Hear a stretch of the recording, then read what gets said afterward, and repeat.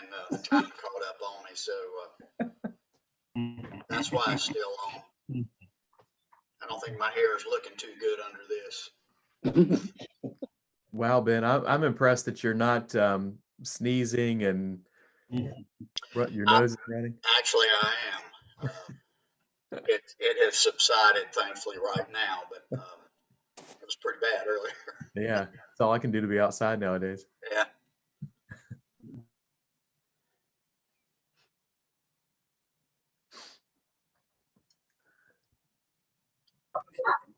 Okay. We good? Yep.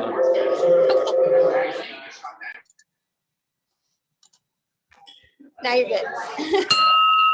Good afternoon, Cary Rotary Club. Good afternoon. Good afternoon. Welcome to the friendliest and most fired up club on the planet. Woo. Thank you all for being here today. We have more people here in person than we have on Zoom. We might be making a little trip here. So that is certainly appreciated. Welcome, everybody. Looking forward to today's program. Could I ask Howard Manning to lead us in prayer and the Pledge of Allegiance? Please, Howard. Thank you, President Scott. Let us bow our heads. Most heavenly, most gracious Father, we are just so pleased that you've allowed us together one more time in your presence. We thank you, God, that you've been a Father that's been with us, whether we've been virtually or in person meeting. Now we pray this day, on this beautiful day that you provided for us, that we'll learn how to take advantage of the opportunities that you've given us during the pandemic, that we as Rotarians, both individually and collectively, will continue to be stepping stones and not stumbling blocks to our community as we return to normalcy. In the name of your Son, Jesus, we do pray. Amen. Amen. I pledge allegiance to the flag of the United States of America and to the republic for which it stands, one nation under God, indivisible, with liberty and justice for all. Thank you, Howard. Thank you very much. I'd like to introduce a visiting Rotarian, Scott Reynolds from the McGregor Club. Scott, thanks for being here. We're glad to have you. Welcome. Yes. There you go. And we also have the pleasure of having Susan Shaw here today as our guest. Everybody remembers from last week, Susan was here. So this is the second time. Welcome, Susan. Thank you for being here. Enjoy today's program. And now I would like to introduce World Immunization Week is going on, started on the 24th of this month, runs through the 30th. It's a celebration that we're having this week. And to sort of commemorate this, we've got a short video, 2 minutes, for us to take a look at. And so, Bob, if you can fire that up, that'll get us going for the rest of the meeting.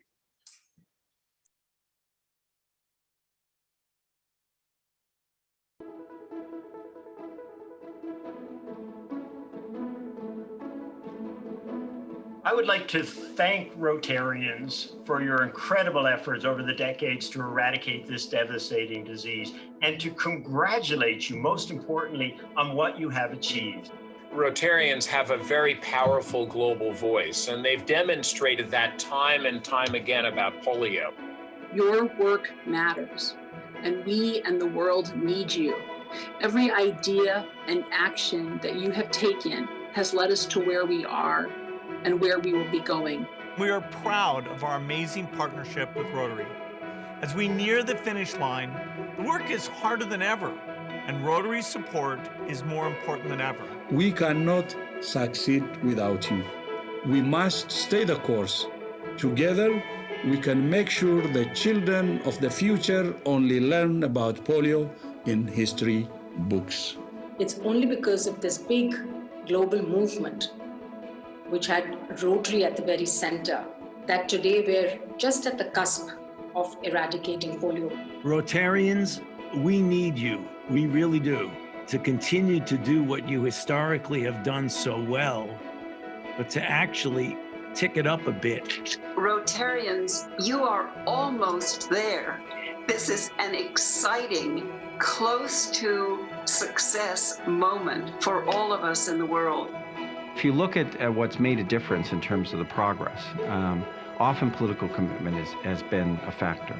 And Rotary has been key in terms of motivating community leadership, political leadership, to get this job done.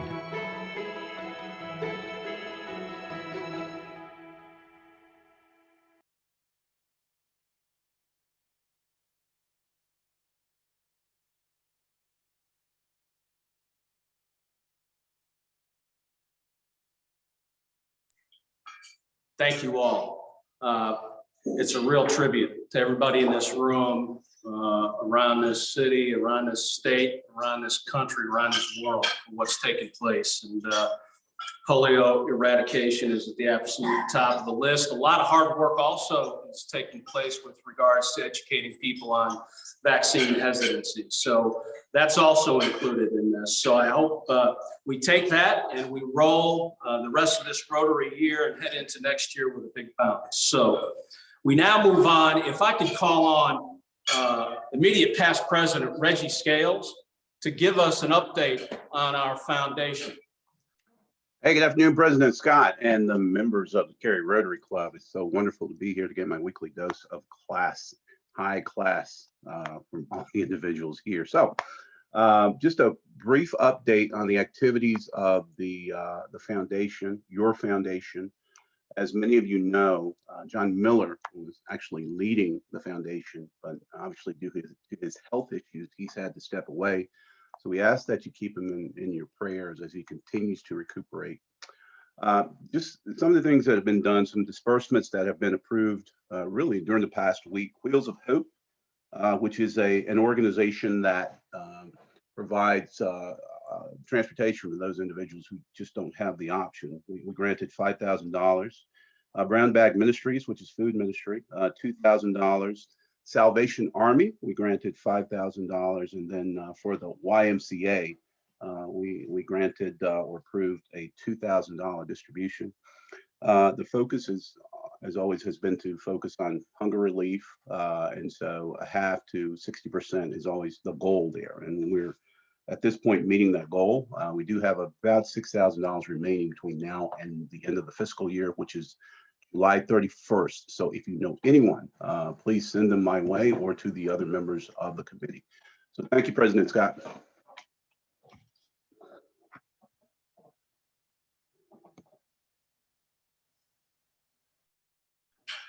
Thank you, Reggie. Appreciate all the hard work you and the committee are doing.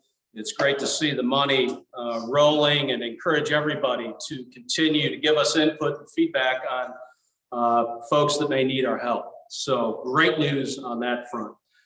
If I could call on David Coulter. David? Got some exciting news. Thank you, President Scott. So I just wanted to take a moment and thank Pat Hudson for leading the program committee this year, and the members of the committee. We've had some really fine programs. So I have the honor and the good fortune of falling into her footsteps, and that of Ben Shiver. So I appreciate that. But I'm also looking for some folks who'd like to join the program committee.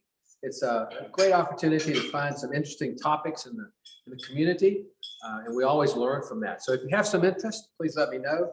We are meeting every Tuesday, first Tuesday of every month here, or Zoom to talk about our program. So please let me know. Thanks so much, President. Thank you, David. If we could take a moment and thank Pat and her team for this year. What a heck of a job they've done. David, you got some big shoes to fill. I know. You're starting early. That's good. So let me just finish up with an update on the Boyce Brown charity golf tournament. I sent this note out last week. We're up to one person that has asked to participate. We've got Tim Mannix, and Tim, thank you for that, but we'd like to get 3 others. The club is $600. The club is paying for half of that. It comes out to a member. You've got the details on it. I sent the flyer out, so I just encourage anybody who would like to go out and play golf on May 10th to please let me know on that, and hopefully we can field the team. Now I'd like to ask, any miracle moments? I will help him play. Will you? Yeah. Okay. He's gonna need some help. All right, there you go, Tim. Any miracle moments? Either in person or on Zoom? Harold. I just, of course, my last miracle moment was that I was becoming a grandfather. I got another miracle moment, becoming grandfather time two. Oh, excellent. Congratulations. Great news. Awesome. Congratulations, Harold, to you and your family. That's awesome. David Coulter, happy birthday. Happy birthday, David Coulter, today, yesterday. Now, is it true that your wife has the same birthday date? It's called data entry error. Okay, now I just want, we're doing it on it. Just want to check. Just want to check. Very good. Well, happy belated birthday. And now with that, we get into the exciting part of our program today. It gives me great pleasure to call up Dr. Bruce Howell to introduce our very special guest for today's program. Dr. Howell.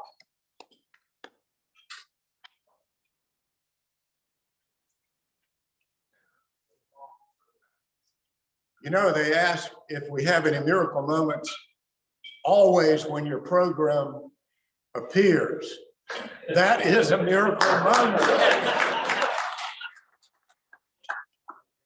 We are indeed fortunate to have the Assistant Commissioner of Agriculture with us today, Sandy M.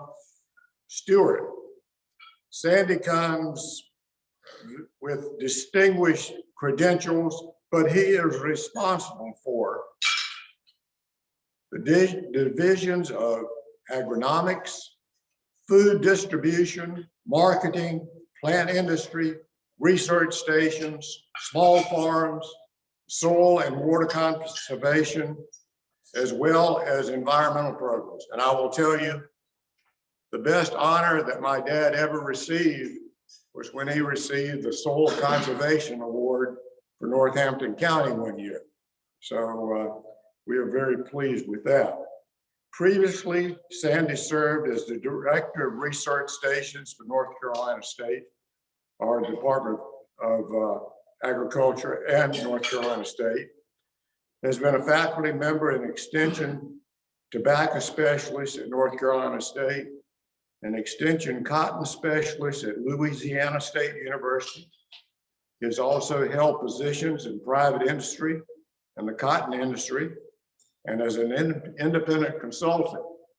And we are both very pleased to have known a friend of mine called Marshall Grant, who kind of tutored me back on the farm years ago, but is kind of a father of cotton expansion in North Carolina. Sandy is a graduate of North Carolina State University with a BS in agronomics, MS in crop science in 1998, and a PhD in 2000. He and his family are on a farm in Moore County. They've been there since 1777.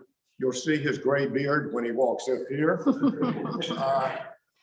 The interesting thing is my family has been on a farm in Northampton County since 1720. We've been too poor to move. But he's been on the same farm since 1777. And I just happen to be on the Centennial Farm with my operation. He's also an elder in the Presbyterian Church, and he serves on the board of trustees at Sandhills Community College, which kind of aligns me with some of the things he might say. So Sandy, thank you for coming and being with us. And please tell Steve Troxler we missed him. I'll do that. Thank you.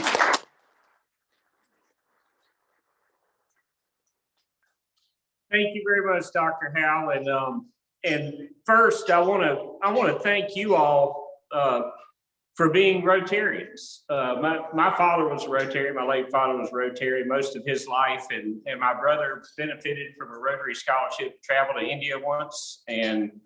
But I think most importantly, something that we tell folks in agriculture all the time and tell farmers is to join organizations, be active in organizations, be active in your community, be active with your commodity groups and all those kind of things. And I think that's a message that we all need to carry to everyone in the community, because it's organizations like Rotary and others that have contributed so much to the country over the years. And you just saw the video related to Immunization Week and those kind of things. So thank you. And thank you for the invitation very much. And I certainly want to give you greetings from Commissioner Troxler. I have the pleasure and the honor of working for Commissioner Troxler. I tell everybody he's the best commissioner of agriculture in the United States, and I have no doubt about that. He's into his 5th term as a commissioner in North Carolina, and really has had a tremendous influence on a lot of folks and on this state. He certainly had a lot of influence on me. But he was not able to be with you today, so you ended up with me. So thank you for that.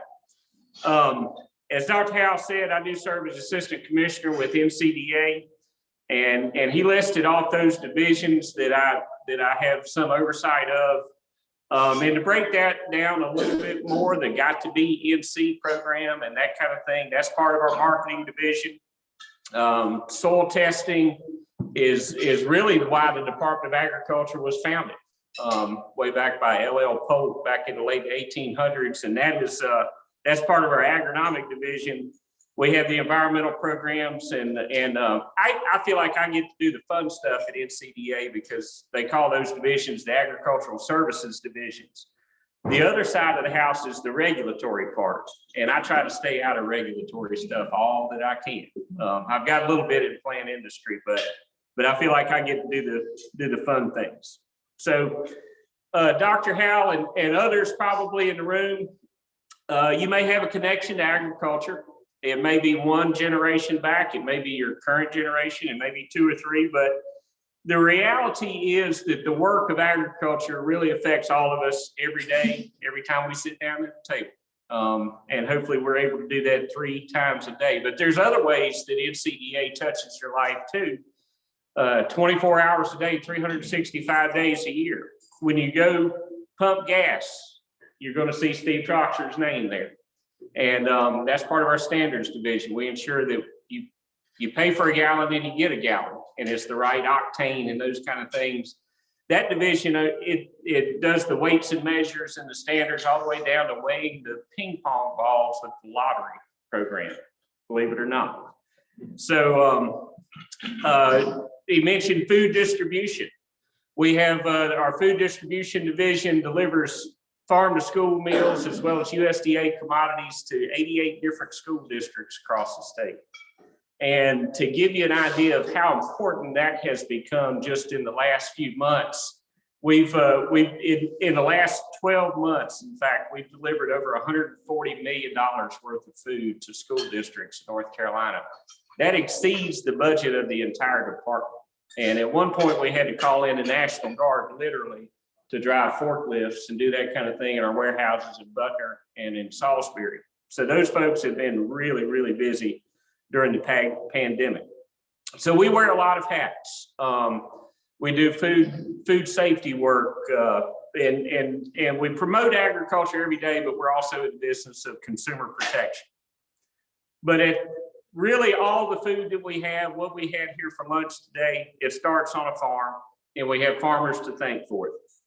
And as Commissioner Troxler is fond of saying, and I want everybody to repeat after me, hungry people are mean people.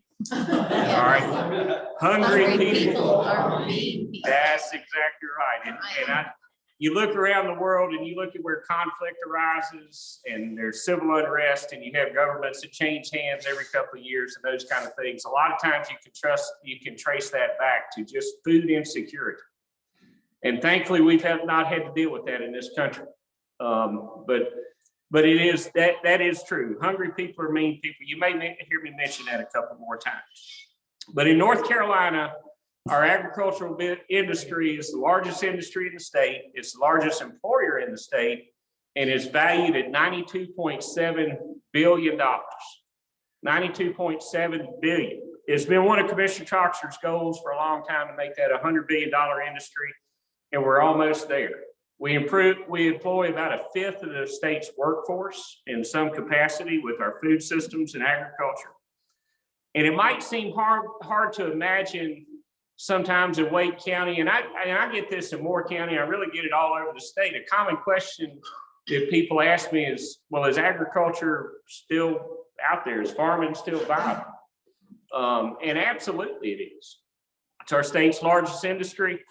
And it, you know, as I said, it employs about a fifth of our state's workforce. So it may not be something that we see and think about every day, but agriculture really is the foundation of what allows us to do so many other things in our life when you really think about it. I believe, and Commissioner Troxler does, it won't be too many years before we get to be $100 billion in economic impact. That's been through the investment in agricultural research. It's been coupled with innovations in food manufacturing, food production. And I'm going to talk about some of those highlights in a little bit. And what do I have, about an hour and a half? A little more than that. A little more than that. And am I the one that gets to ring the bell when I go? You can do whatever you want. Okay. Yes, sir. Do whatever you want. But I would argue that you know, nothing is more current than talking about our food systems and our agriculture. And sometimes there's a perception that agriculture is a business that's lost in the past or it's gotten stuck, you know, without innovation. But when I go on farms and I see farmers, and in fact, I was on a Zoom call with a farmer this morning who was planting soybeans, 18 rows at a time. And he was actually Zooming because he didn't have to touch the steer wheel. He was in Beaufort County, so he's got these big long rows and fields and everything. And I think he had to punch a button or two to turn around when he got to the end of the field. But that kind of technology is common on our farms today. So as we look ahead, the United Nations tells us that we're going to have to increase food production by somewhere around 75 to 100% over the next 35 years in order to meet the growing population demand. Now, let me let you think about that a little bit. 75 to 100% over the next 35 years to meet world population demand. We may not feel that right here in the United States, but I can tell you it's been acutely felt in many parts of the world today. So the research and the innovation and the investments we make in agriculture, it's good for our state's economy, but it's also vital to our nation's security and world security in the coming years and in the coming decades. So remember I said hungry people are mean people. I've got 3 children at home. The oldest one's 15, and I have no interest in any of them having to pick up a gun and go fight a war in a country because they can't feed itself. That country can't feed itself, or there's some kind of conflict related to food. So this is the issue of food production is going to underlie a lot of where this globe goes over the next decades. So that tells me everything I need to know about the vitality and the relevance today of agriculture and agribusiness. What farmers produce is a necessity, and every chance I get, I thank a farmer for what they do. Today, less than 2% of the world's population feeds the other 98%. It's an incredible responsibility, but it also offers a lot of opportunities. So that's why the investment in North Carolina's agricultural infrastructure is so important now, and it's so important for future generations. And when I leave here, I'm going to go to what Commissioner Troxler calls the big white building downtown and meet with some legislators. And we're always advocating for what we can get out of the big white building when it comes to food manufacturing, investments in research, investments in marketing, technology, and those kind of things. So we're going to continue to push hard for all of those things. But I think agriculture and agribusiness that has a bright future ahead, especially in North Carolina. I don't get to do it as much, but it's starting to come back. But I get to travel this state a lot. I get to meet a lot of people. And I see farmers that are younger than I am. I'm 48 years old. I see more and more younger farmers returning to the farm. We've had an aging farmer population for quite some time. I think that trend is beginning to reverse itself as we're seeing a returning to the family farm. I see consumers who are more interested in supporting local farmers, and that's become quite a bit more in focus since the pandemic started. And farmers markets, roadside stands had some of their best years ever last year, believe it or not. So I see continued investment in agriculture, hopefully by our legislature, those folks in the big white building, and innovation, resources, and training coming from the industry as a whole.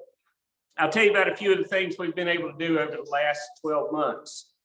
As a result of the pandemic, I think y'all probably saw at the very beginning, at least, there were disruptions to the food systems, and what you found in the grocery store was not what you were used to seeing in the grocery store, particularly at the meat counter for a few weeks and those kind of things. So our food systems in this country have been geared largely towards the restaurant, the service industry, and towards and obviously the grocery store.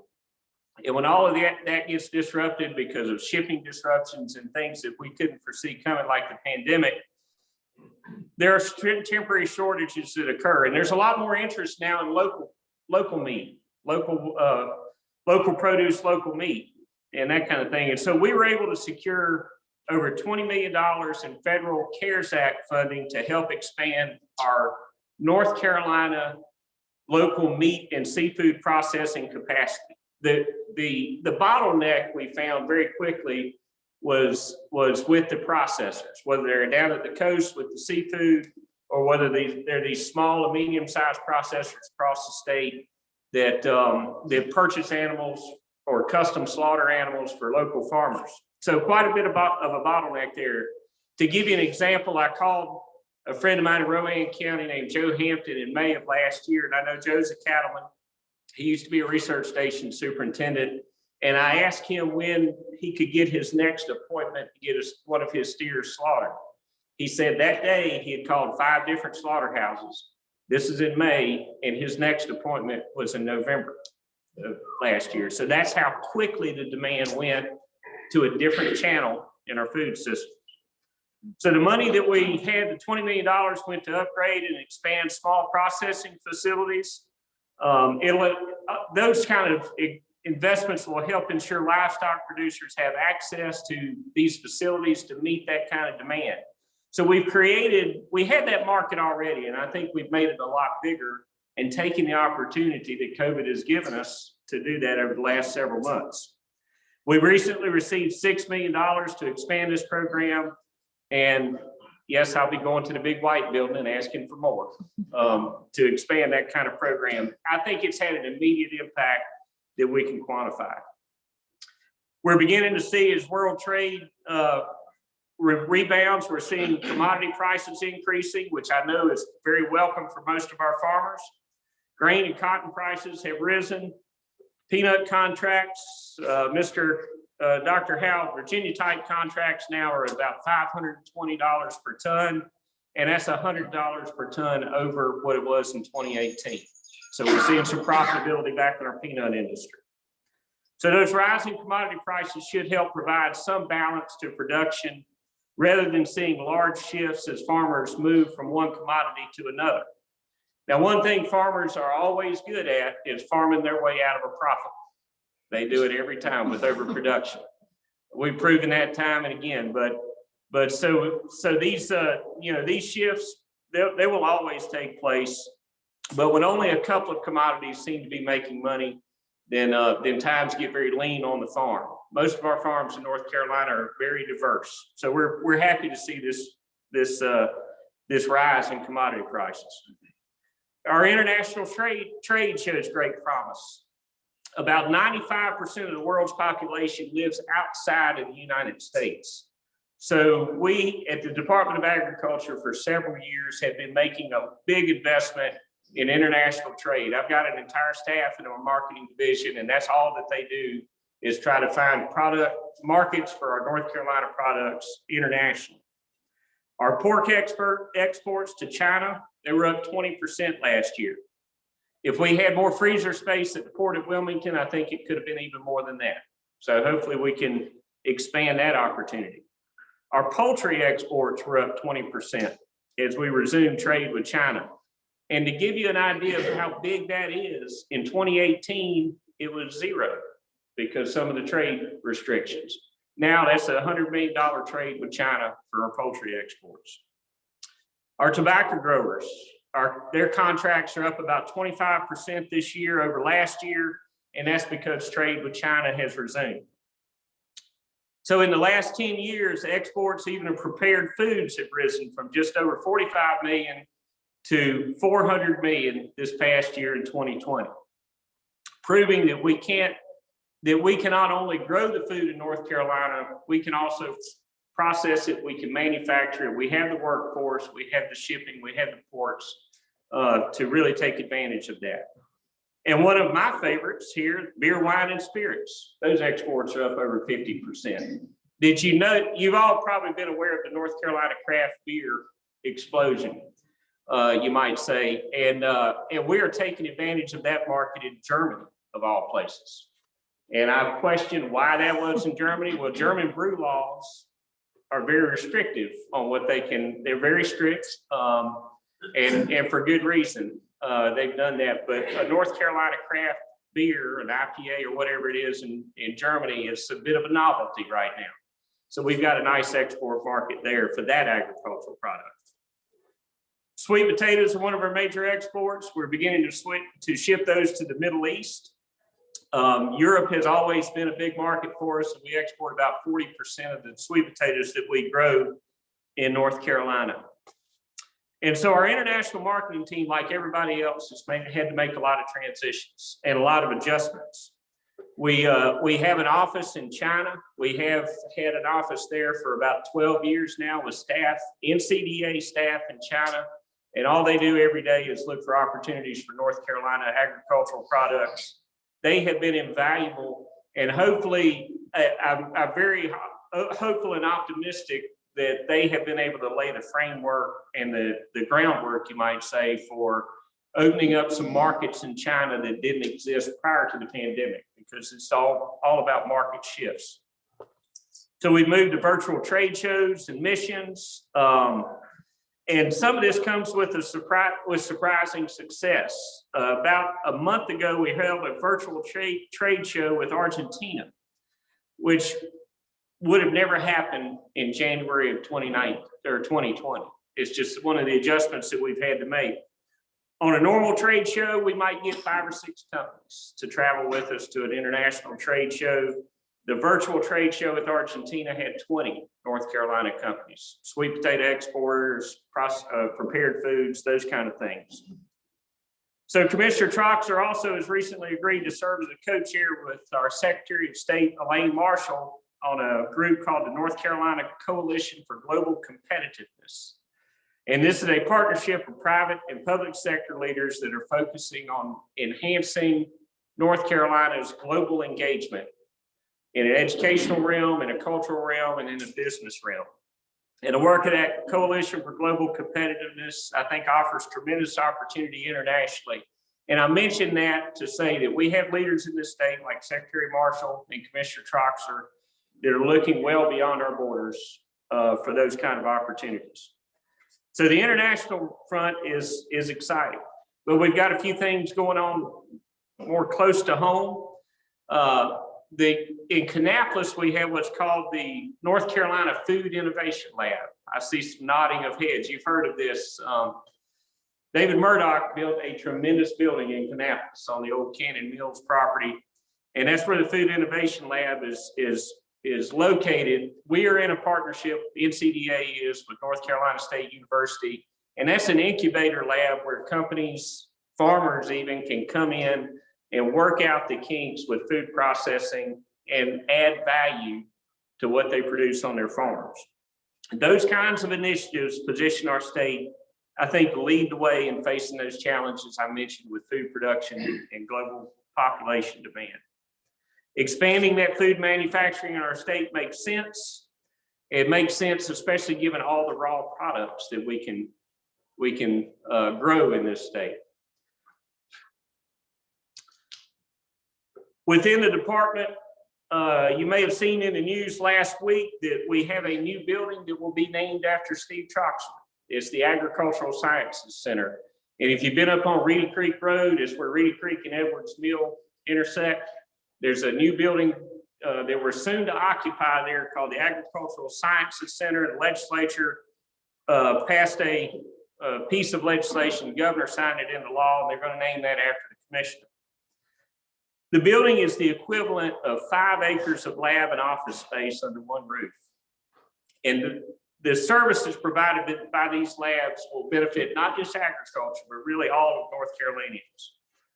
It will replace 5 separate lab facilities in Raleigh that serve every consumer, every farmer, and agribusiness in some capacity.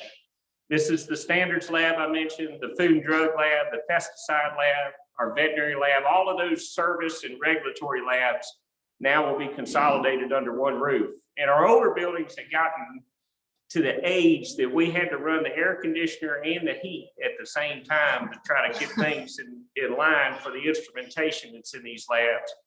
That is government inefficiency at its worst right there. So this will serve our state well into the future. It's an industry, this service building and the industries it serves. As I said, if you eat, if you drive a car, if you own livestock, if you happen to have a pet, which I imagine most of you do, or buy pharmaceuticals, at some level you'll benefit from the services that are provided in these labs, because there's a lot of consumer protection activities that go on there. I have to ask you a did you know question.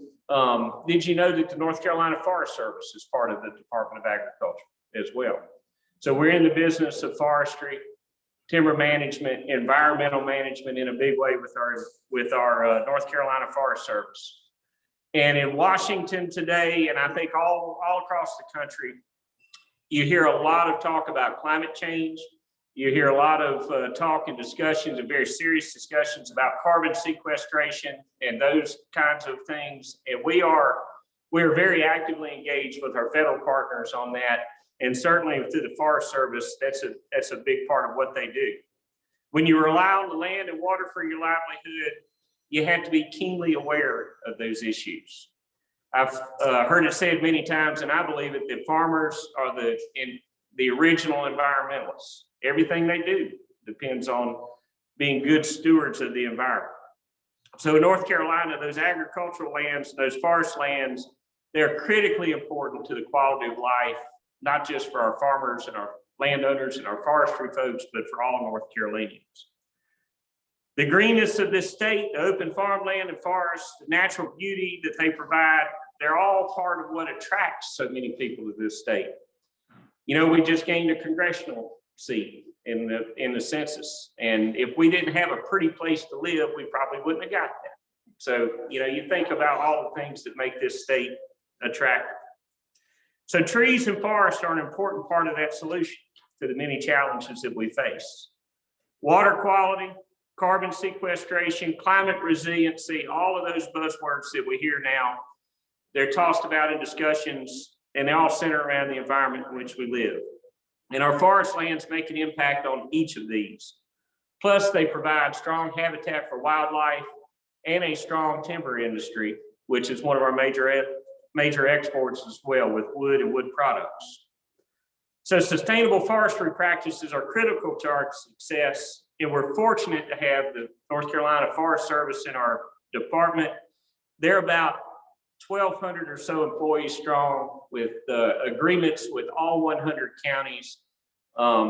They like to drive those green trucks around, and we like for them to put out fires, but they do a lot more than that also when it comes to working with landowners and working with timber management plans and those kind of things. The economic impact of forestry is also significant. So every dollar generated in the forest sector contributes about an additional 61 cents to North Carolina's economy.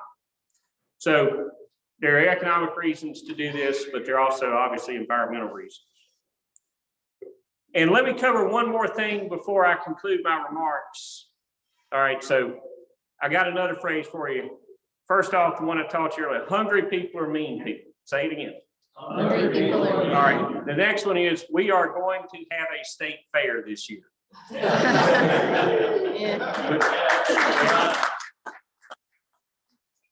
We are actively planning for the Mountain State Fair and the State Fair to return this year. It's been a difficult year to go through in the Department of Agriculture without holding our fairs. They mean a lot to so many people across the state. They mean a lot to us, but it just wasn't in the cards last year.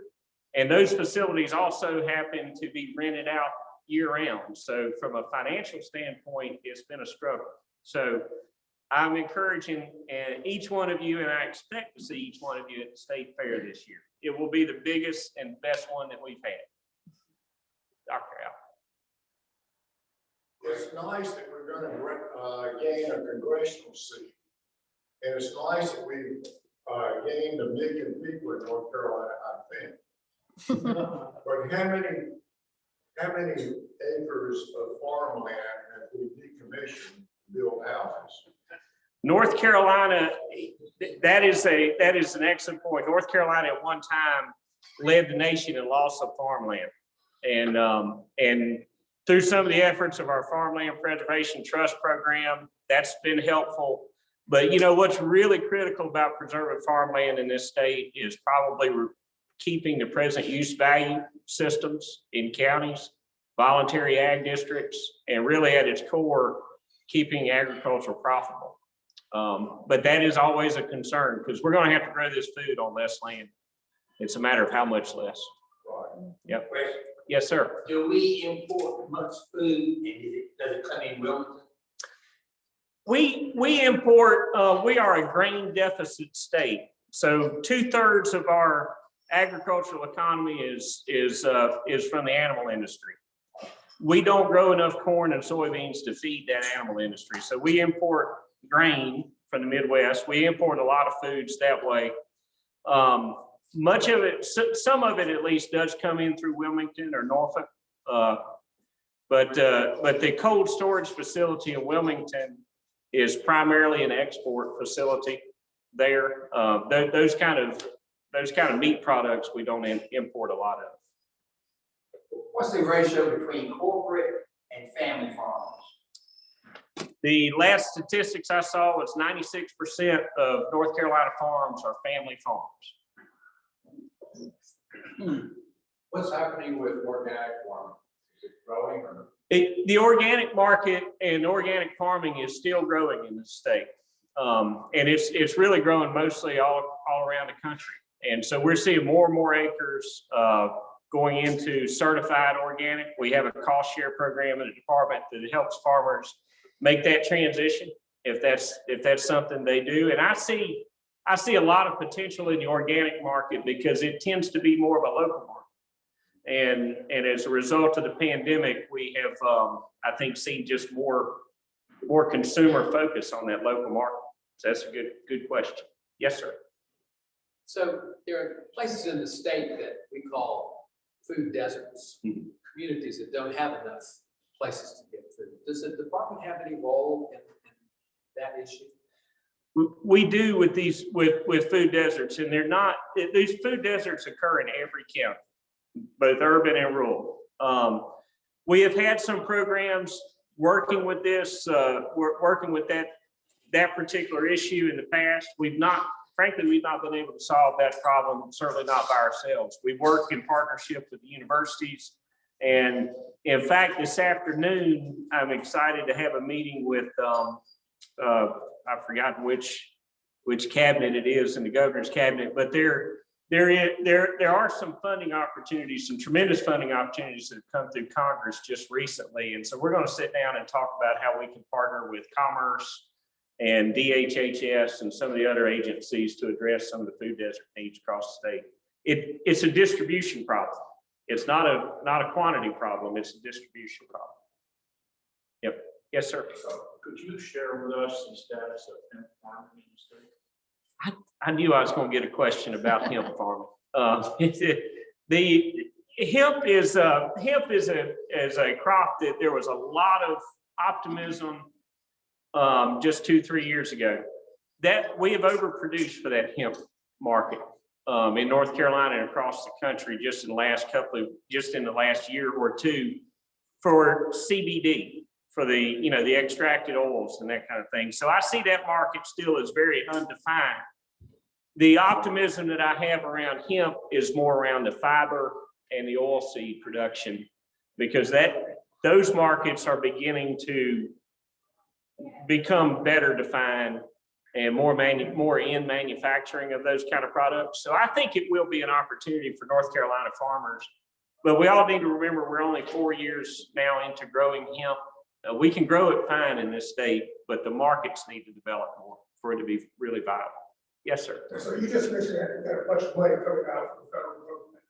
One generation removed from farming in Robinson County.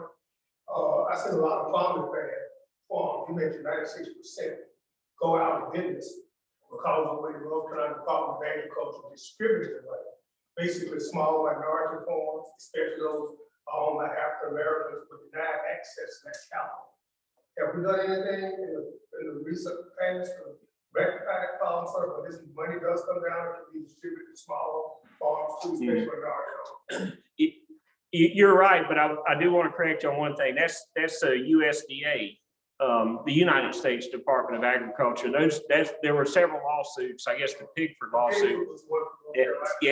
And that was a North Carolina farmer, and the lawsuit was against USDA with the Farm Services Agency, and the way that they did distribute those funds and some lending practices that excluded small minority farmers in particular.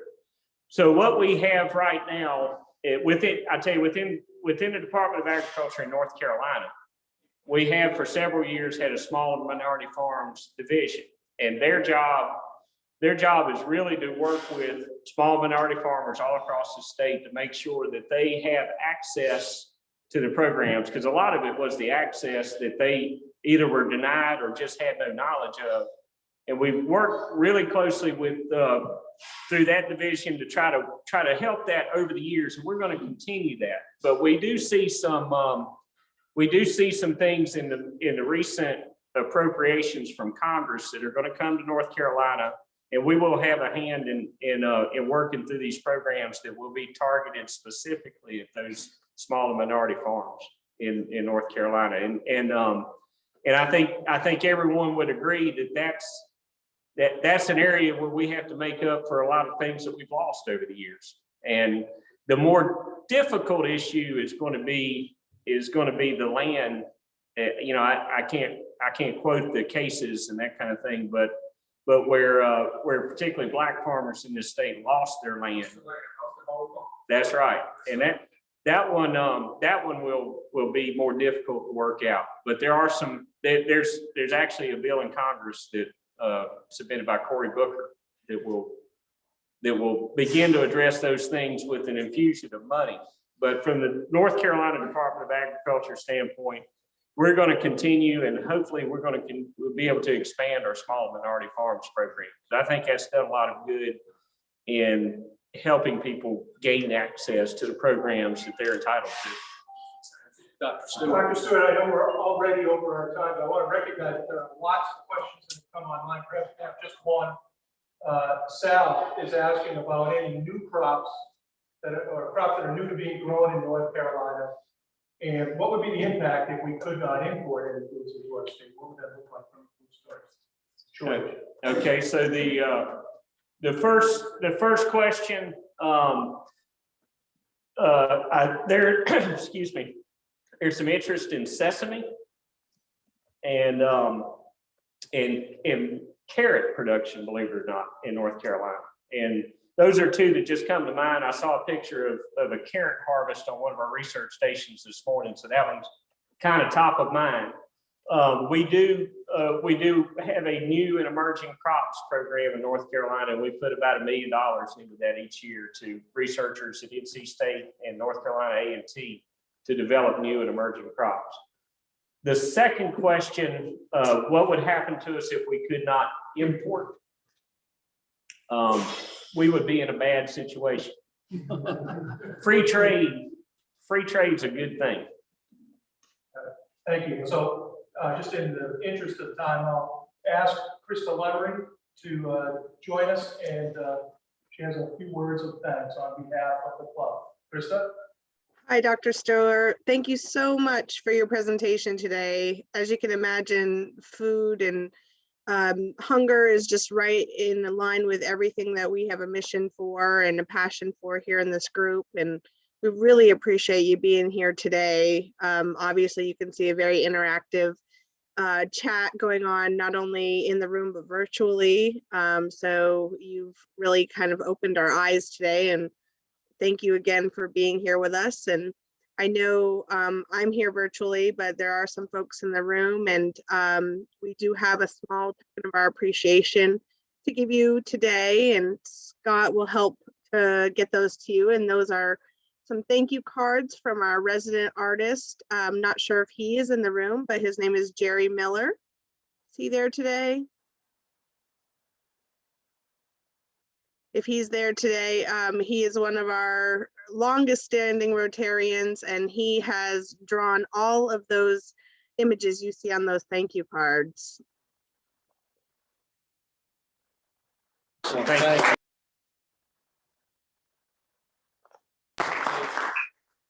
Stewart, I tell you what, a lot of great information. What a super update.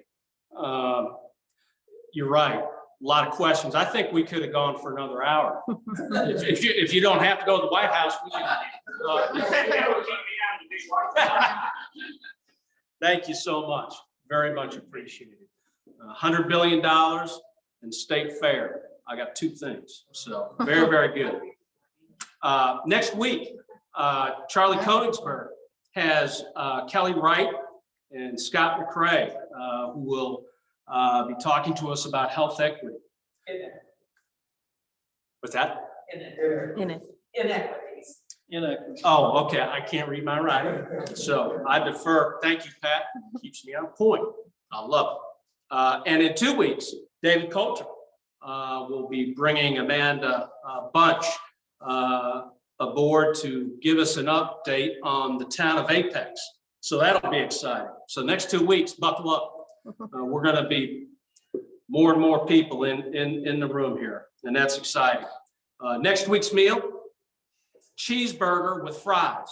Who knows what's on the cheeseburger? Cheese, lettuce, tomato, and onion. If you want it, it'll be, you'll have to ask for it. So that'll be exciting. I'd like to thank Susan for being here again today. Thank you. Hopefully we can get this membership process moved along, and we'd love to have you be a part of this club. Very much appreciate you being here today. And certainly Scott Reynolds, Scott, there you are. Thank you for coming in and making a visit today. We appreciate you being here as well. And so another great meeting. Without further ado, I'd like to call up David Coulter to lead us out in the four-way test. David? Four-way test. The things we think, say, or do. Is it true? Is it fair to all concerned? Will it build better friendships?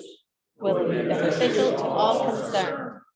Thank you, David. Yeah, all right. Meeting's ended. Have a great week, everybody. Thanks, Carol.